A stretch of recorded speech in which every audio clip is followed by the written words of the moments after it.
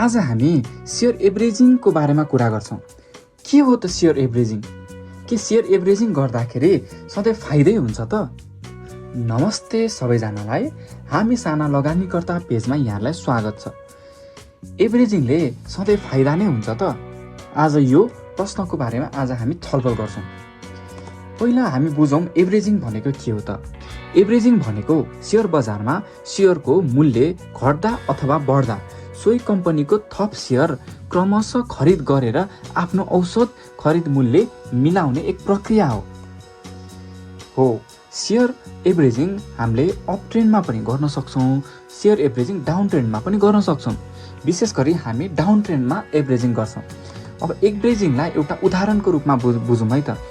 मानिलिउँ हामीले कुनै सेयर 100 रुपियाँमा किन्यौँ र त्यो डाउन ट्रेन्ड गयो र बजार झरेर त्यसको 90 रुपियाँमा आयो। यदि हामीले त्यसलाई 90 रुपियाँमा फेरि त्यति नै किता खरिद गर्छौँ भने हाम्रो एभरेज प्राइस हुन्छ 95 रुपिस हो। अब 95 भन्दा माथि जाने बित्तिकै हामीलाई प्रफिट हुन्छ हो। यही नै हो सेयर एभरेजिङ। प्रायः जसो सेयर एभरेजिङ गर्दा फाइदा नै हुन्छ, घाटा हुँदैन।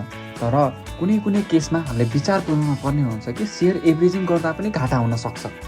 जस्तै यदि कम्पनी नन फन्डामेन्टल कम्पनी छ भने त्यतिखेर सेयर एभरेजिङ गर्दाखेरि हामीलाई घाटा हुन सक्छ। अनि अर्को कुरा के हो भन्दाखेरि जब मार्केट डाउन ट्रेन्ड गइरहेको छ त्यतिखेर पनि सेयर एभरेजिङ गर्नु घातक हुन सक्छ। त्यस्तै गरी यदि सरकार अथवा गभर्मेन्टले त्यो सेक्टरप्रति सकारात्मक छैन, त्यो सेक्टरमा कैँची लगाउँदैछ, केही गर्दैछ भने चाहिँ त्यतिखेर पनि सेयर एभरेजिङ घातक हो। त्यसैले हामीले यो विचार पुर्याउनु पर्यो कि यस्तो कुनै पनि अवस्था छ भने हामीले सबैभन्दा राम्रो विकल्प भनेको त्यो सेयरबाट एक्जिट हुनु नै हो। अल्टिमेटली यदि हामीले फन्डामेन्टली स्ट्रङ कम्पनीलाई एभरेजिङ गऱ्यौँ भने चाहिँ हामी प्रफिटमा जान सक्छौँ।